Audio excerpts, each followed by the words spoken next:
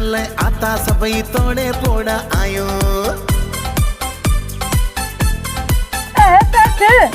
तू मुखे ॾिसी काॾे रस्तो मटाईंदो हुजे? न न मां रस्तो छो मटाईंदुसि?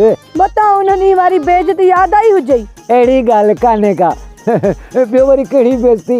एहे एतिरी जल्दी विसरी वई हुजई? 3 ॾींहं मस थिया हुजनि। माई सेठ खे अहिड़नि ॻाल्हियुनि जी काई परवाह न हूंदी आहे।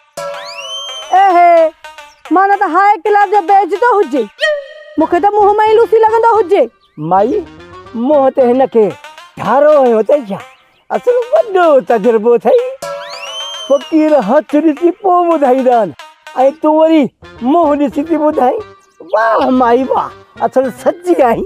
अड़े ओ हुके महाड्रा बागड़ियाणी मुंहिंजी बेइज्जती करे तूं वरी उन सां सुर में सुर मिलाए बीठो आहे।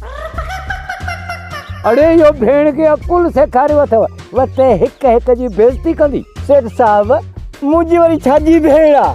मां त ठहियो आहियां तो वांगुरु। बाक़ी रही बेइज्जती जी ॻाल्हि, ही बि माण्हू ॾिसी पोइ हुनखे बेइज्जतो कंदी आहे। हर कंहिंजी बेइज्जती नाहे कंदी। ओहे ती सही चवंदो हुजे। माण्हू पंहिंजी बेइज्जती पाण कराईंदो हुजे। हा साईं, तोखे अची असां मिंथू कंदाऊं तो असांजी बेइज्जती कर।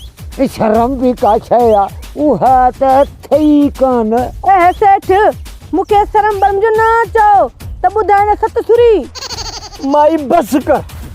अॼु के ॾींहं जे लाइ असांजे लाइ इहो डोज़ काफ़ी आहे। हली अच। आता सभई तोड़े पोड़ा आयो। ऐ बोसा में आइन हज़ारे गणे ॿुधायूं कहिड़ा।